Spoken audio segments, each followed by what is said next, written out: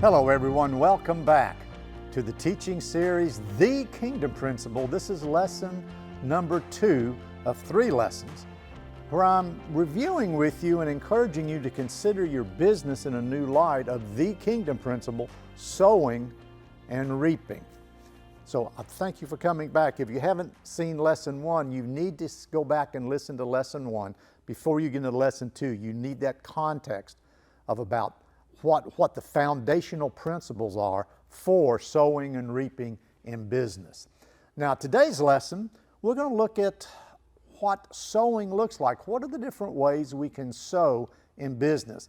Frankly, just as a side note story, I never considered these for most of my career for 30, 35 years in corporate America, in keynote speaking and business book writing for the secular side. I never really considered what this sowing and reaping looked like until the Lord revealed to me through revelation, this is a kingdom principle just as much for me in business and for you in business as anything else. So what I'm sharing with you is just my story. Some of the things I've learned about how now I look at doing what I do for you through Dr. Jim Harris Ministries as seed. And I guarantee you, today's lesson, I'm going to share with you 9 ways you probably have never considered seed in your business. And the 10th one, which is typically the first one we jump on as seed in business. So let's go through these 10. I'll go through them quickly. There'll be a few the Lord will say, slow down and share something. But now let's look at 10 different types of kingdom business seed. Put yourself in your business, whether you work by yourself, work in a corporate America, you're a frontline employee, you're the CEO, doesn't matter. These are 10 different kinds of seeds you can sow for a supernatural harvest. The first and the most important, the first seed is faith. Now you're a man or woman of faith already, or you wouldn't be listening to this. Let me just give you the example of my example of why faith is so important. It's Hebrews 11:1. Now faith is the substance of things that not seen, but the certainty of things that you believe in. That's Hebrews 11:1, is that we just have this sure hope of things that we don't see. When you sow seed in business, you need to be able to first say, I'm sowing this in faith. Lord, I'm hearing from you through our unfair advantage. Obviously, I hope you've read the book, Our Unfair Advantage. I'm sowing this seed because I'm getting a witness from you to do this. And in faith, I sow that seed. Friends, of the 10 seeds I'm going to share with you today, that's the most powerful that you have. I know that there have been many times I've sowed seeds where I didn't think I could afford it. For example, I've sown multiple cars. My wife and I, we've sown multiple cars in faith. In fact, just recently, we were given a truck. And I needed a vehicle. I wanted a vehicle. Lord, I've been asking for a vehicle. I've sown for vehicles. But as soon as that truck came to me, the Lord said, you need to, through a word He gave to my wife, Brenda, you need to give that truck away. I've got something better for you coming. See, I sowed this last vehicle in faith, knowing that something better's coming. It didn't make sense, but my faith, being sure of what I hope for and certain of what I don't see, that made me sow literally a physical vehicle that I needed, that I could have driven to someone else for a ministry need that they need. One of the ways that you sow seed in business is faith, and that may be the most important seed that you sow throughout your business. Second, think about this one. The second seed is thoughts.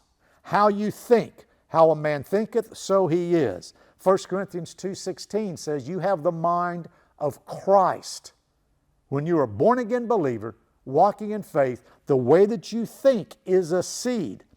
Your mind is likely your greatest battlefield. I teach in the Unfair Advantage show. And if you haven't come to watch some of the Unfair Advantage shows that we've already recorded on the book, Our Unfair Advantage, one of the big things I teach at the very beginning is how not to be head-led and idea-led and opportunity-led. The way we think can be a good seed or a bad seed. When it's aligned with the Word of God, Matthew 6:33, then good thoughts will more likely happen. So I'm not going to spend a lot of time on that, because if you've got any faith in you at all, you know that the way you think is a seed. And that can be a good seed or a bad seed. In fact, Philippians 4:8 teaches us that whatever is good, whatever is holy, whatever is righteous, think on these things. So your thinking in your business is a seed. Think on the good things. Don't ignore the bad things, think on the good things. Your faith and your thought life actually are seeds for your business. As you think good, your business will do better. Parallel with thoughts as a seed for your business is actions, your behavior. That's obvious. The way we act is a seed. People see that. In fact, one of the most vivid examples of this in your business, this is a challenge I have for you, is James 1:19. Many of us know that by heart. We should be quick to listen, slow to speak, slow to anger. Does that characterize you in business? I'll just be blunt with you. Sometimes I get too quick to speak and I get angry. I fly off the handle sometimes too quick. I'm still working on that. And I remind myself, I want to think on these things, think on the good things, and one of them is my actions or my reactions to situations. What are my behaviors?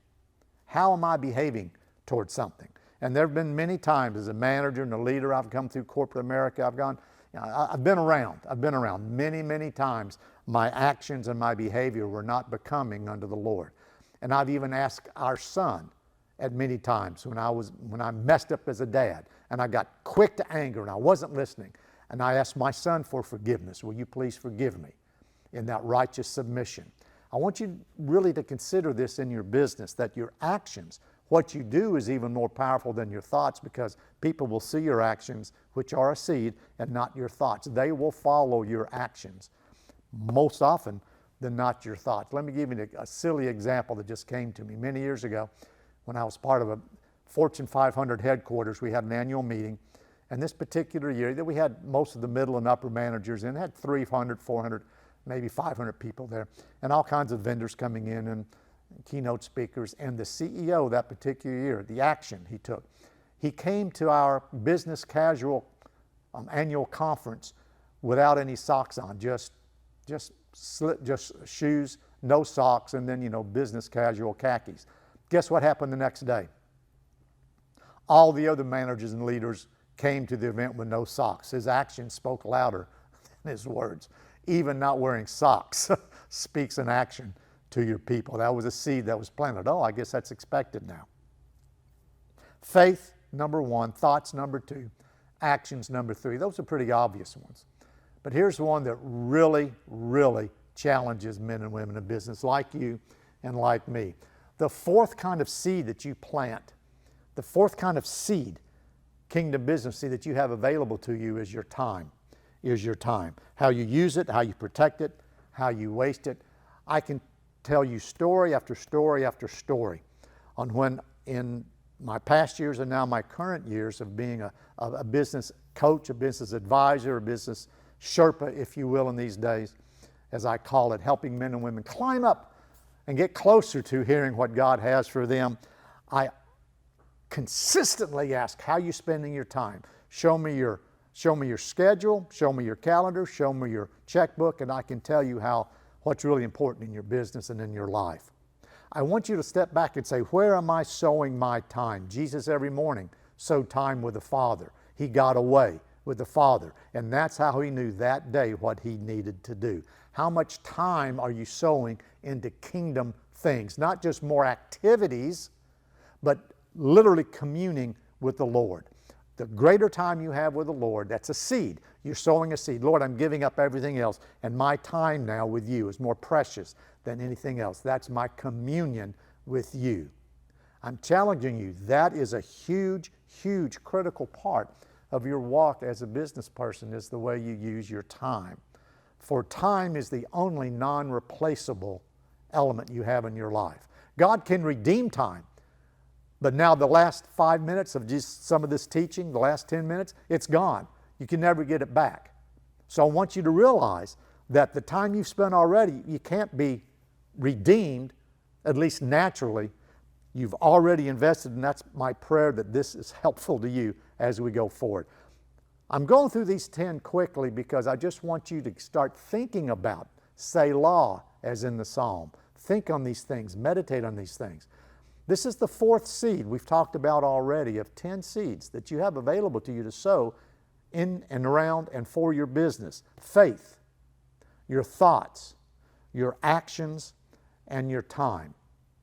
Now, the 5th seed I want to share with you is obvious, but it's one we don't really spend enough attention on as it comes to when I do this, I'm really sowing, and that is your relationships at work. The 5th seed is relationships. When you have the relationships around you with people you work with, people outside, your customers, your community, your competitors, that's seed. The way you treat your people, the way you're around your people, the way you cultivate relationships. Do you have enough time for your people? Or do you avoid them whenever you can? Do you step away whenever you can? The way you build relationships is critical to your success as you sow into the kingdom. I want to read you a story out of Matthew 10. If you have your Bible, and I hope you do, Matthew 10, because through these series that I teach you through the Kingdom Institute, we're going to be reading a lot of Bible verses. I want you to have your notes like I have here. I've made my notes on what I want to share with you, and I hope you're taking yours. Matthew 10 is when Jesus sent out the 12. And in Matthew 10, I want us to look at when he sent out the 12, starting in verse 5. I want you to listen to this about building relationships. There are some you should build and some you shouldn't build. Here's a story out of the Bible, a parable that teaches that. Then the 12 Jesus sent out, Matthew 10, starting in verse 5, commanded them, do not go into the way of the Gentiles, do not enter a city of the Samaritans, but go rather to the lost sheep of the house of Israel. Gave them directions. Now listen to this. And as you go, preach, saying the kingdom of heaven is at hand. Heal the sick, cleanse the lepers, raise the dead, cast out demons. Freely you have received, freely give. Provide neither gold nor silver nor copper in your money belt, nor bag for your money, because a worker is worthy of his food. Wherever town you go, you enter. Here we go. Inquire who's worthy to stay with, and go there.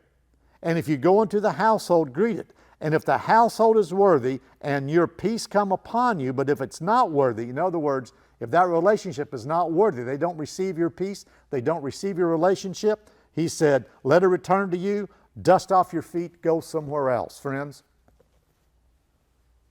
when it comes to sowing seed and getting the harvest, don't waste your time on relationships you shouldn't in business. Be very careful where you invest your time in relationships. I have wasted more time on trying to build relationships with people that I don't need to, because that's not where my harvest is. It could have been for good reasons, but it wasn't the right time. Learn to discern the kind of relationships. The time you spend in relationships is a critical seed to how successful you're going to be. I've had to turn away many people. I've turned down customers because that wasn't what I needed at that time. So I wanted to hone in on this relationships. Cultivate the kingdom relationship God wants you to cultivate, even if it doesn't make sense. If he says it, do it. So relationships are a seed. The 6th kind of seed, I'm going to mention this quickly. I don't have to preach on this, you'll get it, is attitude, positive or negative. It's your attitude toward things. Your attitude is a seed. What is your attitude toward this? What is your attitude toward that?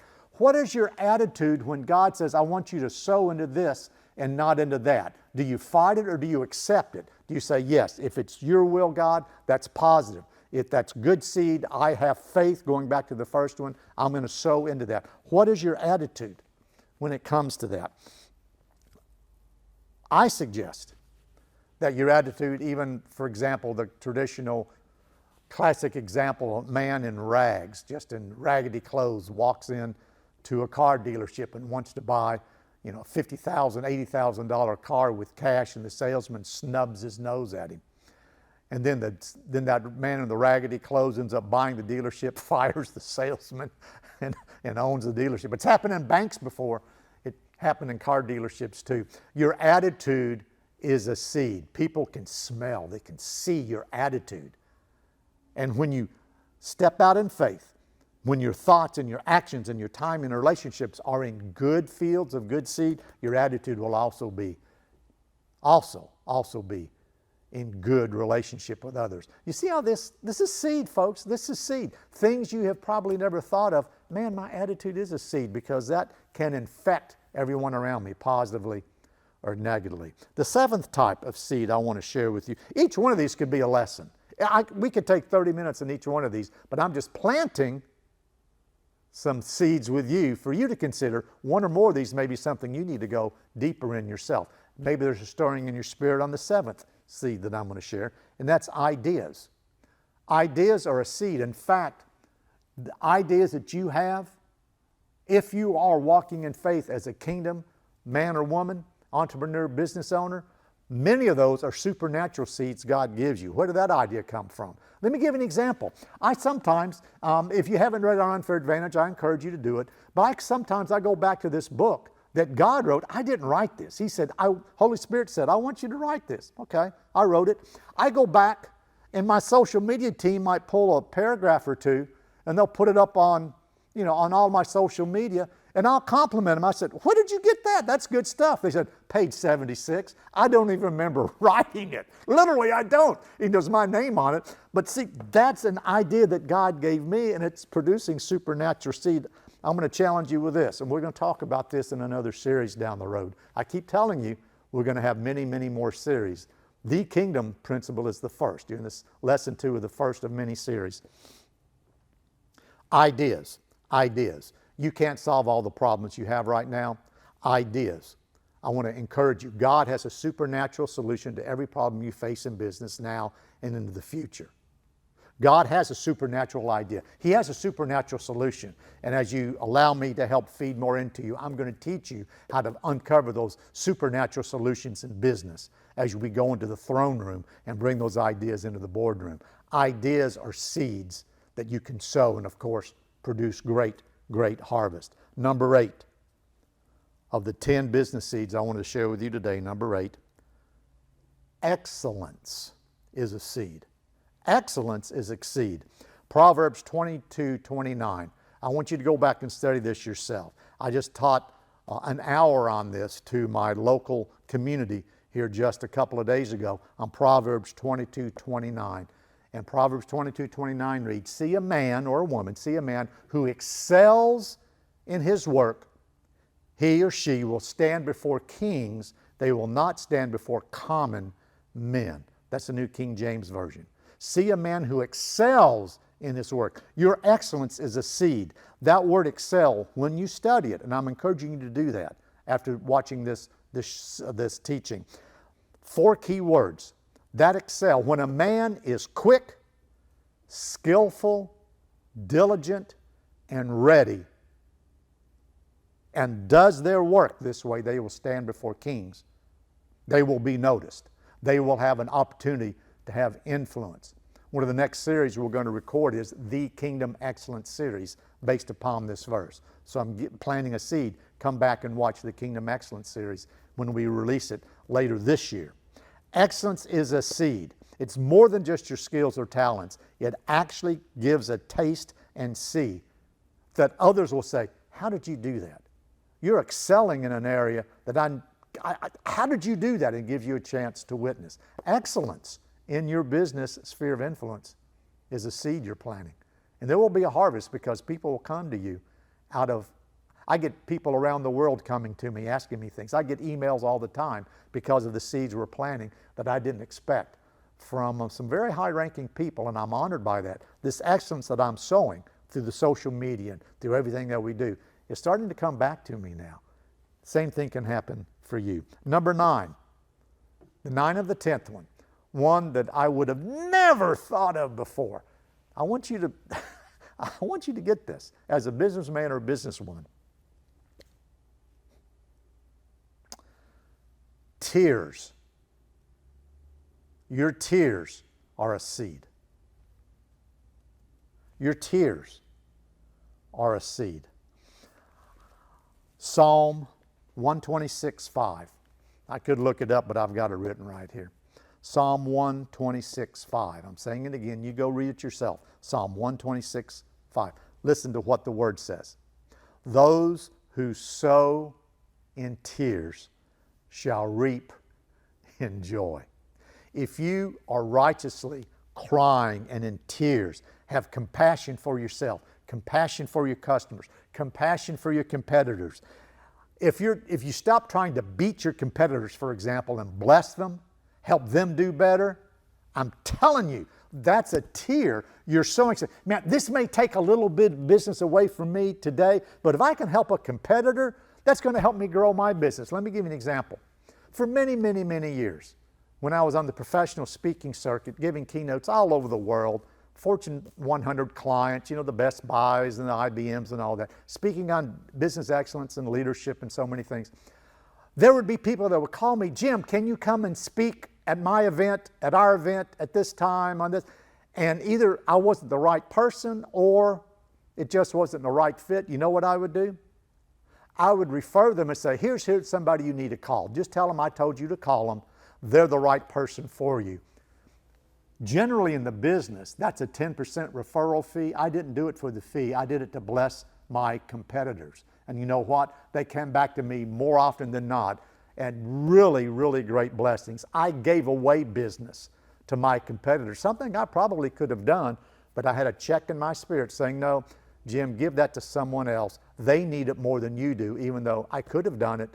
I blessed my competitors instead of trying to beat them, trying to cuss at them, trying to outsell them. I was doing everything I could to help their business, and it's come back to me tenfold, 100-fold in favor for years, and yet people still have reached out to me. That helped me more than I can ever thank you for.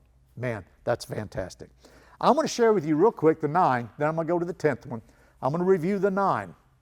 We've gone over these quickly. These are 9 different ways so far that I've mentioned to you that literally are types of kingdom business seeds you can sow.